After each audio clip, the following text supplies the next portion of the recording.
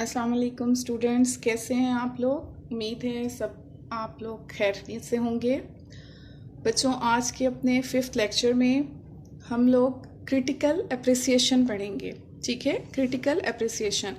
आपको पता है कि आपकी जो ये 3rd बुक है बीए के निसाब में शामिल 5 पोइट्स, इसमें से आप लोगों के 2 क्वेश्चंस आते हैं।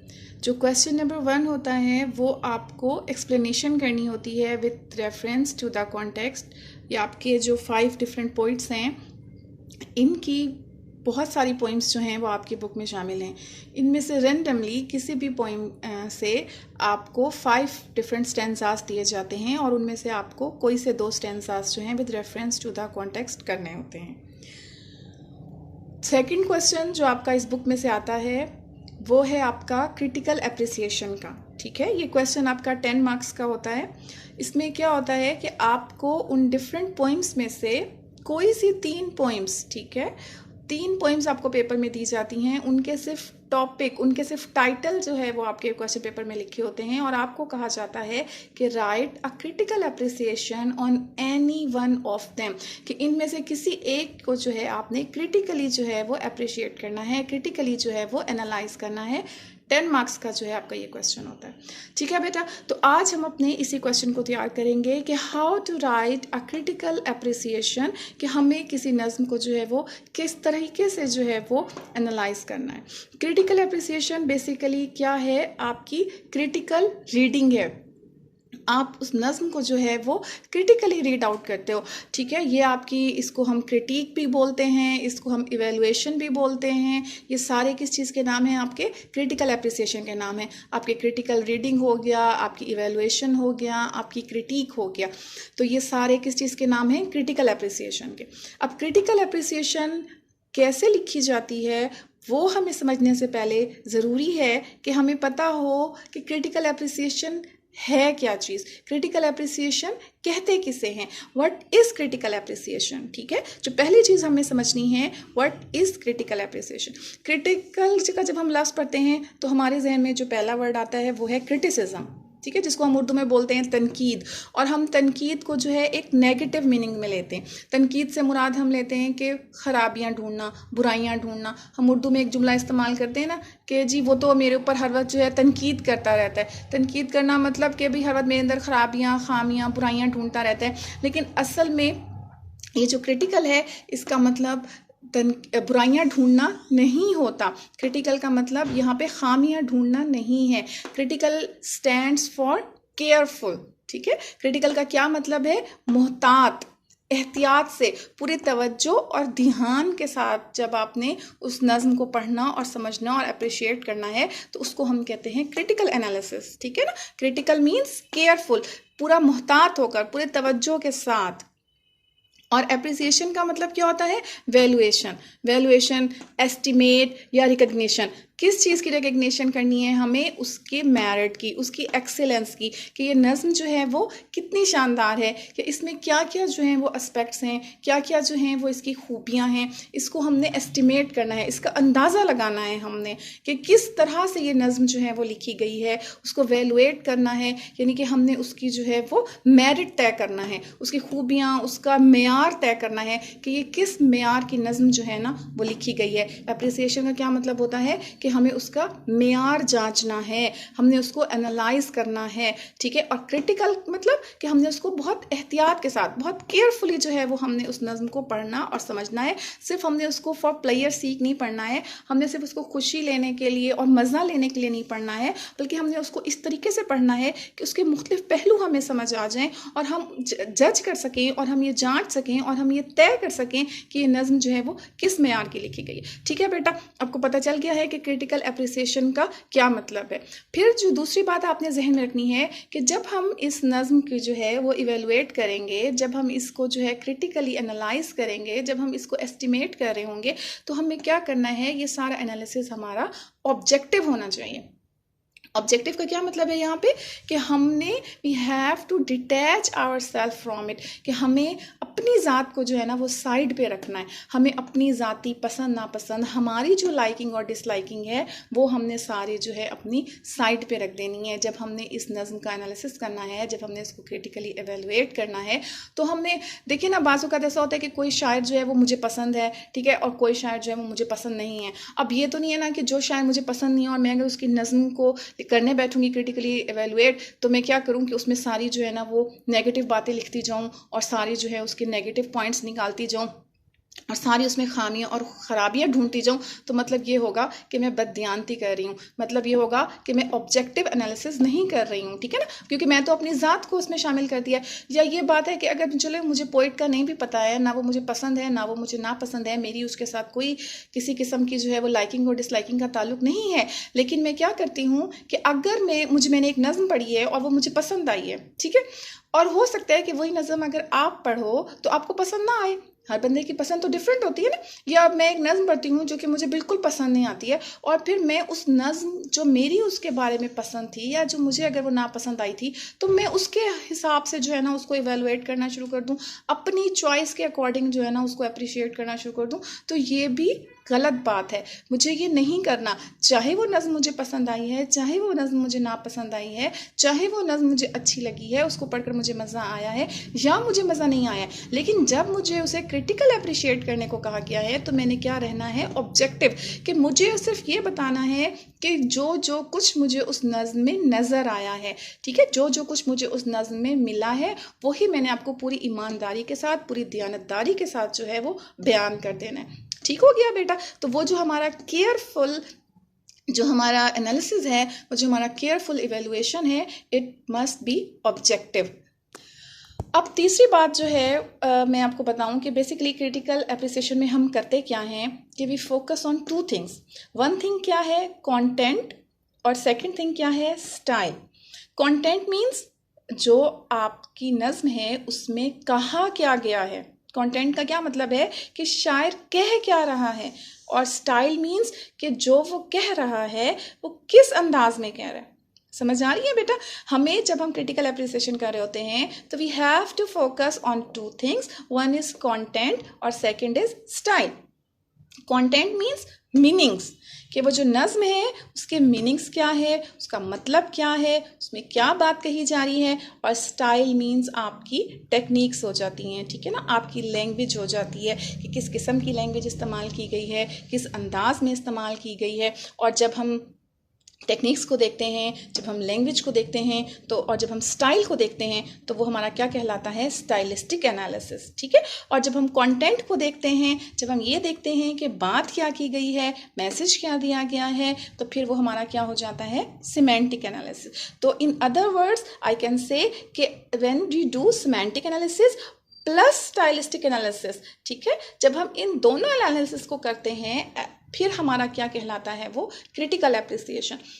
अनफॉर्चुनेटली बच्चों, एज अ स्टूडेंट जब मैं आप लोगों का देखती हूँ राइटिंग्स, तो उसमें क्या होता है, ज़्यादातर हेल्पिंग बुक्स जो मार्केट में अवेलेबल हैं उसमें आप लोगों को सिर्फ समरी दी जाती है, ठीक है ना। क्रिटिकल एप्रिसिएशन का जब क्वेश्चन होता है और आपकी हेल्पिंग बुक्स हैं उनमें आपको सिर्फ समरी प्रोवाइड की गई है। समरी मीन्स खुलासा, ठीक है। समरी जो है इज़ नॉट क्रिटिकल एप्रिसिएशन। मैं क्या कह रही हूँ कि समरी जो है वो आपकी क्रिटिकल एप्रिसिएशन नहीं होती।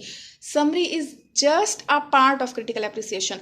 क्रिटिकल एप्रिसिएशन के बेसिकली 4 पार्ट्स हैं, 4 हिस्से हैं, जिनमें से एक हिस्सा जो है वो समरी होता है। लेकिन आप बच्चे क्या करते हो, आप सिर्फ उस समरी को ही क्रिटिकल एप्रिसिएशन समझते हो, जो कि गलत बात है, ठीक है ना।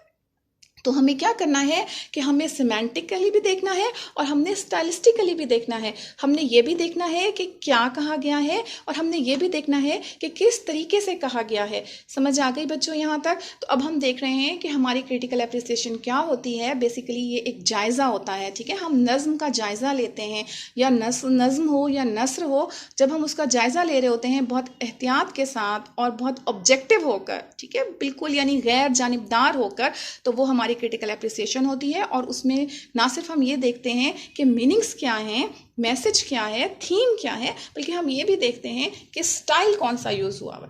यहाँ तक बात समझ आ गई।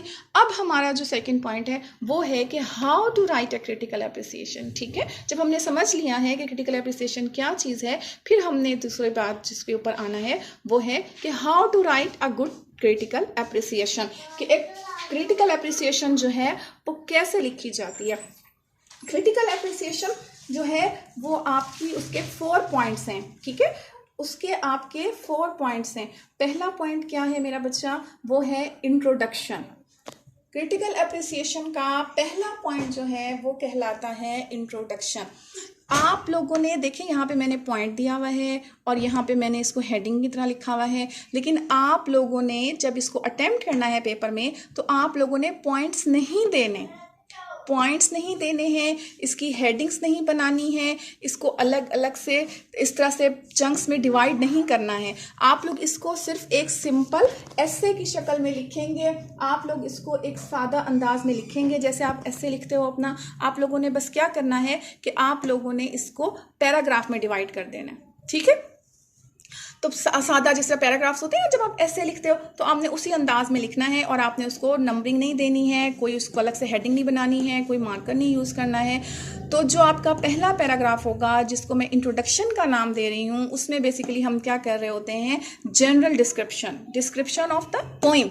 आपने उस पोइम को जो है वो बयान करना होता है, उस पोइम को जो है वो आप लोगों ने बताना होता है, उस पोइम का थोड़ा सा तारुफ देना होता है। और उस थोड़े से तारुफ में क्या चीज़ आती है, आपके पोइट के बारे में आपने इन्फॉर्मेशन देनी है कि who has written that poem. ठीक है, हु इज़ द राइटर और हु इज़ द पोइट, कि नज़्म है किसकी।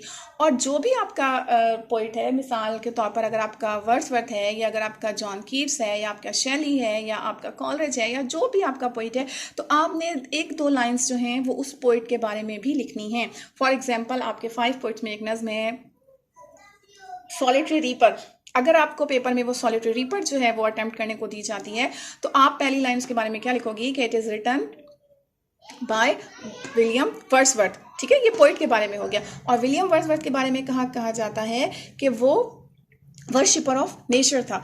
फिर हम ये कह सकते हैं कि this poem is representative of Wordsworth style, कि ये पूरे तरीके से उसकी एक नुमाइंदा नज़्म है, रिप्रेजेंटेटिव है उसके स्टाइल की। अगर वो नहीं है, उसने अपने स्टाइल से हट कर लिखी है, तो हमें ये लाइन लिखने की ज़रूरत नहीं है।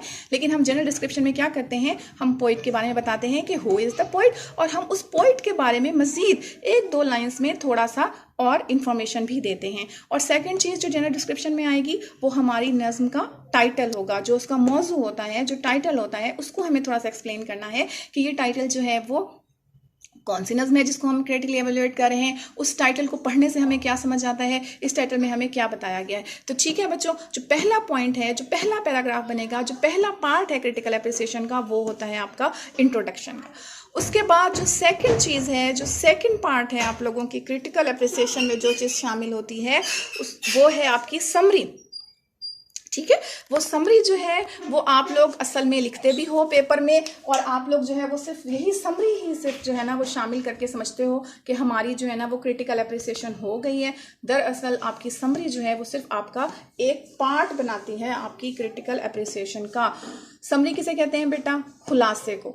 उर्दू में हम उसके लिए खुलासे का लफ्ज़ इस्तेमाल करते हैं। समरी बेसिकली क्या है, समरी जो है आपकी जो अहम बातें होती हैं, जो इम्पॉर्टेंट बातें होती हैं, उनको लिखना जो है वो समरी कहलाता है। जो मेन पॉइंट्स होते हैं उनको बताना जो है वो समरी कहलाता है। ठीक है ना, उस समरी को भी आपने किस तरह से लिखना है, शॉर्ट फॉर्म में। तो ये जो आपकी समरी है बेसिकली ये हमारी क्या चीज़ बनती है, कंटेंट। मैंने आपसे कहा ना कि हमें कंटेंट भी देखना होता है और स्टाइल भी देखना होता है। तो समरी बेसिकली आपका कंटेंट है, समरी बेसिकली आपका मीनिंग है। समरी बेसिकली जब आप देख रहे होते हो तो असल में आप क्या कर रहे होते हो, आप सिमेंटिक एनालिसिस कर रहे होते हो। ठीक है, जब आप सिमेंटिक एनालिसिस कर रहे होते हो, आप उस नज़्म को समझ रहे होते हो, उसका मीनिंग समझ रहे होते हो, उसका कंटेंट देख रहे होते हो, फिर उसको शॉर्ट फॉर्म में लिख रहे होते हो, सादा अंदाज में बता रहे होते हो, तो वो आपकी समरी बन जाती है। ठीक है, तो ये हो गया हमारा पहला पॉइंट, ये हो गया हमारा सेकंड पॉइंट। और ये दोनों पार्ट्स जो हैं अमूमन आपकी हेल्पिंग बुक्स में मौजूद हैं और आप इनको अपने लिखते भी हो जब क्रिटिकल एप्रिसिएशन करते हो। लेकिन जो चीज़ आपकी उसमें मिसिंग होती है क्रिटिकल एप्रिसिएशन में, वो है आपका थर्ड पार्ट। जब हमें क्रिटिकल एप्रिसिएशन लिखनी है तो थर्ड पार्ट जो हमारा होगा, जो हमारा थर्ड पैराग्राफ बनेगा, वो होगा इवेलुएशन का। आपकी ये जो समरी है, पहला जो आपका इंट्रोडक्शन है, ये आपका एक पैराग्राफ बन जाता है। उसके बाद आपका जो सेकंड पार्ट है समरी, चाहे ये आपके 2 सफ़ों पे आए, चाहे ये आपके 3 पेजेस पर आए, लेकिन ये आपका सेकंड पार्ट बन जाएगा। और उसके बाद आपका जो नेक्स्ट पैराग्राफ बनेगा वो होगा इवेलुएशन का। Evaluation means stylistic analysis. Evaluation का क्या मतलब है? Stylistic analysis. स्टाइलिस्टिक एनालिसिस का मैंने लेक्चर पहले दिया था, मेरे इस चैनल पर ही आप देखोगे, आपको वीडियो मिल जाएगी कि स्टाइलिस्टिक एनालिसिस क्या होता है। स्टाइलिस्टिक एनालिसिस में बेसिकली हमारा फोकस होता है स्टाइल पर, ठीक है, कि जो बात कही गई है वो किस अंदाज में कही गई है, उसको हम कहते हैं स्टाइलिस्टिक एनालिसिस। स्टाइलिस्टिक एनालिसिस में हमने बहुत सारी चीज़ों को देखना होता है, लेकिन अभी के लिए जो मैं आपको बताना चाह रही हूँ उनमें से कुछ चीज़ें जो हैं वो हमें होती है जॉनरा, ठीक है, कि हमें बताना होता है कि जो पोइम हमें दी गई है जिसको हमने क्रिटिकली अप्रिशिएट करना है, उसका जॉनरा कौन सा है, उसकी टाइप कौन सी है। मेरा बेटा, इंग्लिश ज़बान में बहुत सारे डिफरेंट जॉनराज हैं। जिस तरह से आपकी जो है वो लिरिक्स हो गई हैं, जिस तरह से आपकी जो है वो एपिक हो गई है, आपकी मॉक एपिक हो गई है, आपकी इस तरह से ट्रेजेडी हो गई है, और इस तरह से बहुत सारी जो है वो आपके जॉनरा हैं। लेकिन आपकी ये जो 5 पोइट्स बुक आपको दी गई है, जो आपका निसाब है, उसमें 3 टाइप्स हैं पोइम्स की जो आपको मिलेंगी। 3 जॉनरास की जो है वो नज़्म मिलेंगी। उनमें से एक है बैलेड, एक है सोनेट और एक है ओड, ठीक है। बैलेड क्या है? बैलेड बेसिकली उस नज़्म को कहा जाता है जिसमें हमें एक स्टोरी नरेट की जाती है, ठीक है, एक स्टोरी बताई जाती है, उसको हम बैलेड कहते हैं। और वो स्टोरी जो होती है वो क्या होता है? हमारी एवरीडे यूज़ की, हमारी एवरीडे लाइफ से रिलेटेड होती है वो कहानी। वो एक ऐसी कहानी हमें बयान की जाती है, एक ऐसा वाक़या बयान किया जाता है जो हमारी आम जिंदगियों के साथ रिलेट हो सके, ठीक है। उस नज़्म को बैलेड कहा जाता है। सोनेट क्या होती है? सोनेट एक 14 लाइन्स की पोइम होती है जिसमें शायर अपनी पर्सनल फीलिंग्स को एक्सप्रेस करता है, अपनी ज़ाती एहसासात को, अपने ख़यालात को, अपने जज्बात को जब वो 14 लाइन्स में इजहार करता है तो उस नज़्म को कहते हैं सोनेट। सोनेट की सबसे बड़ी पहचान ये है कि इसमें सिर्फ और सिर्फ 14 लाइन्स होती हैं, ना एक लाइन कम ना एक लाइन ज़्यादा, ठीक है बच्चों। और ओड हमने देखेंगे 5 पोइट्स में से कुछ नज़में जो हैं वो ओड हैं। ओड मीन्स एड्रेस, ठीक है। इसमें शायर जो है वो एनिमेट थिंग्स और इन एनिमेट थिंग्स को एड्रेस करता है, जानदार या बेजान चीज़ों को जब वो खिताब कर रहा होता है। जैसे आपने देखा है आपकी वर्ड्सवर्थ की कूकू है, आपकी कीट्स की जो है वो नाइटिंगेल के ऊपर उसने लिखा है।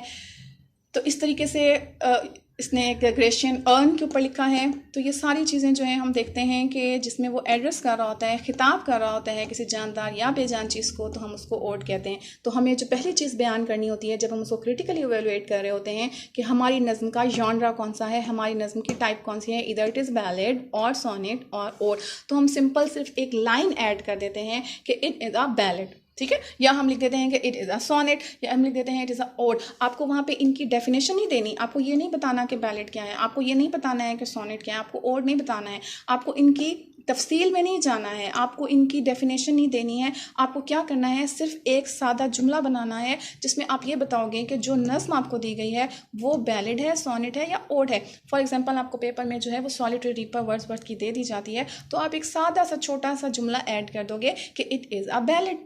बस, इसमें कोई लंबी चौड़ी साइंस नहीं है, कोई मुश्किल चीज़ नहीं है, कोई मुश्किल बात नहीं है, ठीक है ना। तो हमने सिर्फ एक छोटा सा जुमला बता दिया है कि जो नज़्म हमें दी गई है उसका जॉनरा क्या है, वो बैलेड है। दूसरी चीज़ जो हम देखते हैं बेटा वो है आपकी टोन, कि जो नज़्म है उसका मूड कैसा है। Tone mean mood.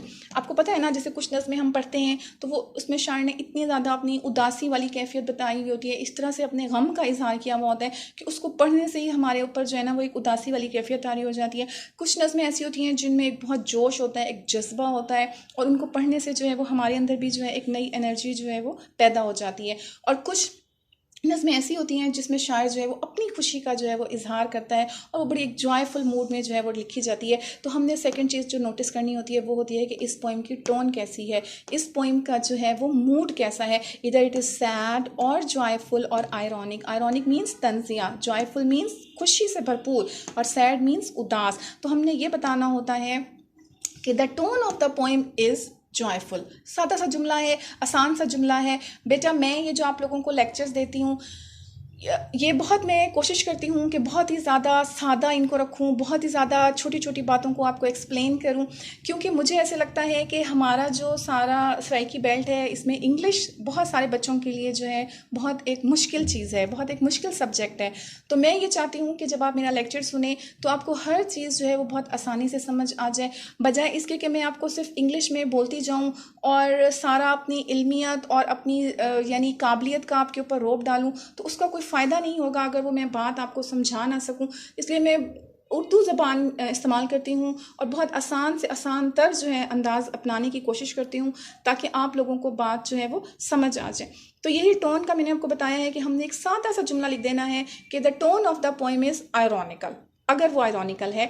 The tone of the poem is joyful, अगर वो जॉयफुल है। समझ आ गया ये पॉइंट? ये जो ए और बी लिख के हैं मैंने, और आगे भी हम सी डी ई तक देखेंगे, तो ये सारी चीज़ें क्या आती हैं, ये इस थर्ड पार्ट के अंदर हमने लिखनी है, ठीक है ना। कि जो थर्ड पार्ट है हमारा इवेलुएशन वाला, मैंने आपको बताया है, ना हम नंबरिंग देंगे, ना हम हेडिंग बनाएंगे, ना हम कुछ इस तरह से उसको प्रोमिनेंट करके लिखेंगे, सिर्फ हमने सिंपल पैराग्राफ बनाना है। तो वो हमारा पैराग्राफ किस चीज़ पर मुश्तमिल होगा, उस पैराग्राफ में हमने क्या लिखना है, तो ये कुछ पॉइंट्स हैं। इनके अलावा भी कुछ और पॉइंट्स हो सकते हैं जो हम लिख सकते हैं, लेकिन यहाँ से आपको समझाने के लिए उनमें से मैंने कुछ पॉइंट लिखे हैं, ठीक है।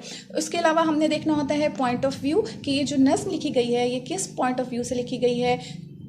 पॉइंट ऑफ व्यू मीन्स क्या होता है कि इधर the poem is written in first person और थर्ड पर्सन। फर्स्ट पर्सन और थर्ड पर्सन का होपफुली आपको पता होगा, जब हम आई और वी यूज़ करते हैं तो वो फर्स्ट पर्सन होता है, जब हम ही शी इट यूज़ करते हैं तो वो हमारा क्या हो जाता है, थर्ड पर्सन। तो हमें ये बताना होता है कि पोएम जो है जब राइटर ने, पोइट ने लिखी है, तो वो किस तरह से उसने अपने ऊपर रख के बात की है, फर्स्ट पर्सन में बात की है, या उसने एक बयानिया अंदाज इस्तेमाल किया है और थर्ड पर्सन में उसने लिखी है। तो इसके लिए भी हम एक सादा सा छोटा सा जुमला बनाते हैं, the poem is written in first person, ठीक है, या the poem is written in third person. तो ये हमारा सादा सा पॉइंट ऑफ व्यू का एक जुमला बन जाता है।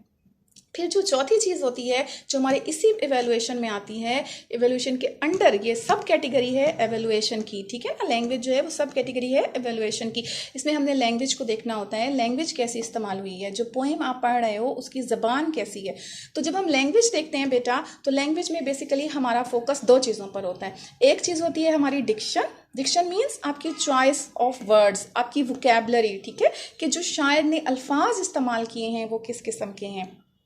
आपने ये बताना है कि वो इधर सिंपल हैं या वो डिफ़िकल्ट हैं, ठीक है, मुश्किल हैं, आसान हैं, या वो कॉमन और एवरीडे लाइफ में इस्तेमाल होने वाले अल्फाज उसने इस्तेमाल किए हैं, या उसने आर्केक वर्ड्स इस्तेमाल किए हैं। आर्केक वर्ड्स क्या होते हैं, जिनको हम अब इस्तेमाल कम हो गया है या इस्तेमाल ख़त्म होता जा रहा है।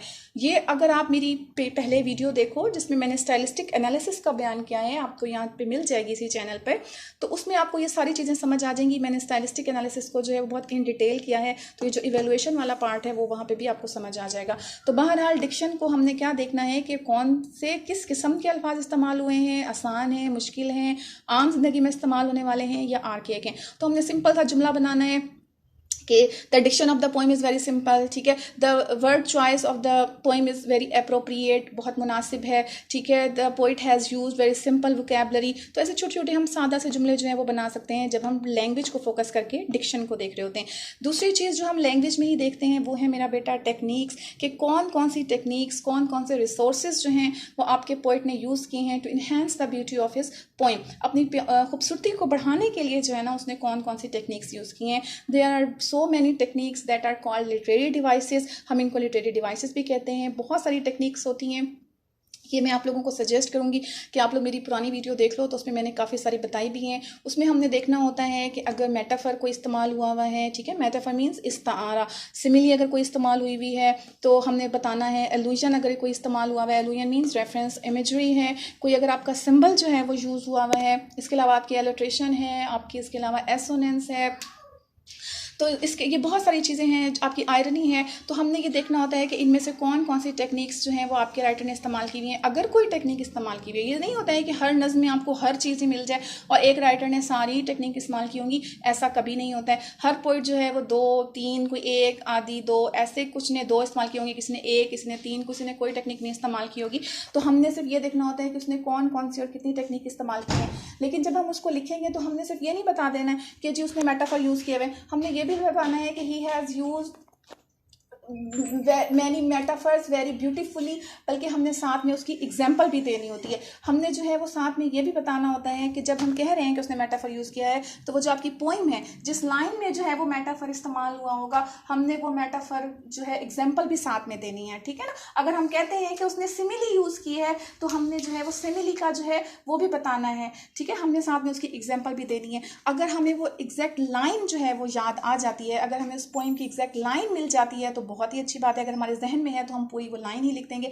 लेकिन अगर वो पोइम की लाइन हमें याद नहीं भी आ रही है, तो हम क्या करेंगे कि सिर्फ उसका हवाला दे देंगे, ठीक है ना। हम उसको सादे ज़बान में बता देंगे कि देखें जी, फलां जगह पे जब वो इस चीज़ को ये चीज़ कहता है, जब उसने इस बात को फलानी बात के अंदाज में कहा है, तो ये मतलब कि उसने सिमिली यूज़ किया है। मैं आपको उर्दू के शेर से समझाऊं। अमीर का शेर है ना कि नाजुकी उसके लब की क्या कहिए, पंखड़ी एक गुलाब की सी है। तो अगर मुझे ये लाइन जो है वो याद है, पंखड़ी एक गुलाब की सी है, तो मैं ये पूरी की पूरी लाइन लिखूंगी और बताऊंगी कि the poet has use very beautiful similes in his poem. और साथ में मैं जो है फॉर एग्जाम्पल करके मैं ये बिसरा या ये जो लाइन है ये लिखूंगी। लेकिन अगर मुझे ये लाइन नहीं याद आ रही है, मेरे जहन से निकल गई है पेपर के बाद, या मुझे नहीं आती है, तो मैं क्या करूंगी कि मैं सिर्फ इतना ही लिख दूंगी कि जब शायर जो है वो अपने महबूब के होंठों को जो है गुलाब की पंखड़ियों से और गुलाब की पत्तियों से वो करता है, कंपेयर करता है, तो इसका मतलब ये है कि वो तशबीह इस्तेमाल कर रहा है। इसका मतलब ये है कि वो सिमिली इस्तेमाल कर रहा है, ठीक है बेटा। तो ये बहुत सारी टेक्निक्स हैं और भी इनके अलावा होती हैं। तो ये हम सब ने देखनी है जब हम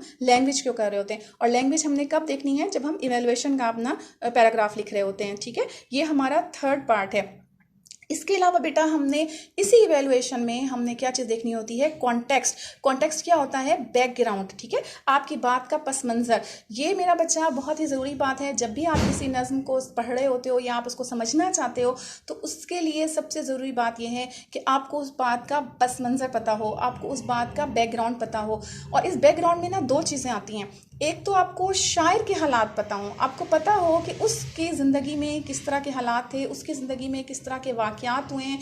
क्योंकि जाहिर है जो हमारे हालात और वाक़यात होते हैं वो हमें इन्फ्लुएंस करते हैं, वो हम पर असरअंदाज डालते हैं, और फिर वो हमारे जहन को इस तरह से असरअंदाज करते हैं कि फिर हमारी वो राइटिंग में भी नज़र आता है। तो हमें ना सिर्फ ये कि शायर का पता होना चाहिए, उसकी लाइफ हिस्ट्री थोड़ी बहुत पता होनी चाहिए, थोड़ा बहुत हमें पता होना चाहिए कि उसकी ज़िंदगी के अहम वाक़यात क्या थे जिन्होंने उसकी शायरी के ऊपर जो है वो असर डाला है। उसके अलावा हमें ये पता होना चाहिए कि जिस दौर में वो नज़्म लिखी गई है उस वक्त के क्या हालात थे, ठीक है, उस वक्त की क्या सोशल कंडीशंस थी, क्या कल्चरल ट्रेडिशंस थी। 18वीं सदी में लिखी गई है या 19वीं सदी में लिखी गई है या 20वीं सदी में लिखी गई है। अगर उस दौरान कोई वॉर चल रही है तो ज़ाहिर है शायर अगर उसका जिक्र कर रहा है तो हमें पता होना चाहिए कि वॉर बेसिकली किस लिए हो रही थी, किन दो कंट्रीज़ के दरमियान में हो रही थी, क्या वहाँ के लोगों के उस वक्त हालात थे, क्या उस वक्त वहाँ के लोगों की कंडीशंस थी। तो ये कॉन्टेक्स्ट जब तक हमें पता नहीं होगा, जब तक हमें समझ नहीं आएगी, तो हमें वो पोएम भी सब अच्छे तरीके से समझ नहीं आ सकती। तो ये कॉन्टेक्स्ट भी जो है हम नोटिस करते हैं और उसके बाद हम कोशिश करते हैं कि उसको थोड़ा बहुत जो है वो अपने क्रिटिकल एप्रिसिएशन में शामिल कर दें कि उस वक्त के हालात क्या थे, शायर के हालात क्या थे, उस दौर की कल्चरल ट्रेडिशंस क्या थी, ठीक है बेटा। तो हमने जब पढ़ा है कि क्रिटिकल एप्रिसिएशन, तो मैंने आपको बताया है कि क्रिटिकल एप्रिसिएशन लिखने के लिए हमें उसको 4 हिस्से में तकसीम करना है। एक्चुअल में आपने नहीं करना, मैं सिर्फ आपको समझाने के लिए बता रही हूँ कि उसके 4 पार्ट्स होते हैं, 4 पोर्शंस होते हैं। पहला हिस्सा है आपका इंट्रोडक्शन, जिसमें आप जनरल डिस्क्रिप्शन देते हो। दूसरा आपका शॉर्ट समरी हो गया है। तीसरा आपका इवैल्यूएशन हो गया। और सबसे लास्ट और सबसे जो फोर्थ जो आपका पार्ट है जो आपकी क्रिटिकल एप्रिसिएशन को कंप्लीट करेगा, और ये पार्ट भी अनफॉर्चुनेटली आप लोगों के जो पेपर में आप लोग प्रोड्यूस करते हो उसमें ये पार्ट मिसिंग होता है, ठीक है। और वो पार्ट क्या है, कंक्लूजन। कंक्लूजन का क्या मतलब होता है, नतीजा निकालना, कि ये जो सारा एस्से आपने लिखा है अभी तक 3 पेजेस का या 4 पेजेस का, और ये जो सारी आपने अपनी बात की है उसका नतीजा क्या निकला है, ठीक है। आपने उसको कंक्लूड करना है, आपने सारी अपनी बहस को समेटना होता है, और इस कंक्लूजन में क्या करना होता है, आपने अपनी ओपिनियन देनी है, अपनी राय देनी है। मैंने आपको बताया है कि ये जो क्रिटिकल एप्रिसिएशन है ये बेसिकली एक ऑब्जेक्टिव एनालिसिस है ना। हमने अपनी ज़ात को अलग रख के करना है। जब हम इंट्रोडक्शन दे रहे हैं तो इसमें मेरी पसंद नापसंद का कोई मामला नहीं है। जो इसका पॉइंट है मैं वही बताऊंगी ना, जो इसका पोइट के हालात हैं, जिस बात के लिए वो मशहूर है मैं वही बताऊंगी, जो नज़्म का टाइटल है मैंने वही बताना है। जब हम समरी लिख रहे हैं तो ज़ाहिर समरी भी बिल्कुल ऑब्जेक्टिव होकर मैं लिखूंगी, जो कुछ उसने नज़्म में कहा है वही मैं बताऊंगी ना अपनी तरफ से, तो कोई चीज़ ऐड नहीं कर सकती, तो ये भी हमारा ऑब्जेक्टिव हो गया। जब मैं इवेल्युएशन कर रही हूँ तो भी मैंने अपनी साइड पर रखा है जो उसका जॉनरा है, इधर इट्स बैलेड सोनेट और ओड, मैंने वही लिखना है, मैं अपनी तरफ से उसको चेंज नहीं कर सकती हूँ। जो टोन है वही लिखूंगी, जो पॉइंट ऑफ व्यू है, जो लैंग्वेज है, जो कॉन्टेक्स्ट है, ये सारी चीज़ें जो मैंने अभी तक की हैं मैंने सारी ऑब्जेक्टिव होकर की हैं। लेकिन जब मैं उसको कंक्लूड करूंगी, जब मैं उसको सम अप करूंगी, ठीक है ना, जब मैं उसको मुख्तसर करके उसका बात को अपनी जो है वो समेटूंगी और उस बात को जो है वो एक पॉइंट पर लेकर आऊंगी, तो वो क्या होगा, मेरा कंक्लूजन।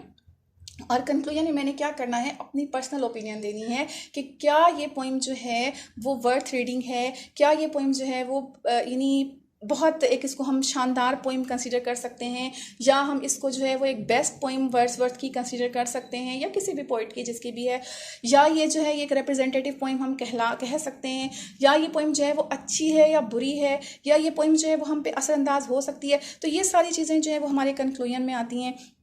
तो जब हम कंक्लूजन लिख लेते हैं तो फिर हमारी इन 4 पार्ट्स पर मिलकर हमारा पहला हो गया इंट्रोडक्शन, दूसरा हो गया हमारा समरी, तीसरा हो गया हमारा इवैल्यूएशन, और चौथा हो गया है हमारा कंक्लूजन। इन 4 पार्ट्स को जब हम कंबाइन करते हैं तो हमारी क्रिटिकल एप्रिसिएशन लिखी जाती है। ठीक है बेटा, आई होप आप लोगों को समझ आ गया होगा कि क्रिटिकल एप्रिसिएशन है क्या और उसको कैसे लिखते हैं। अल्लाह ताला आप सबका हामी और नासिर हो। अल्लाह हाफिज़ बेटा।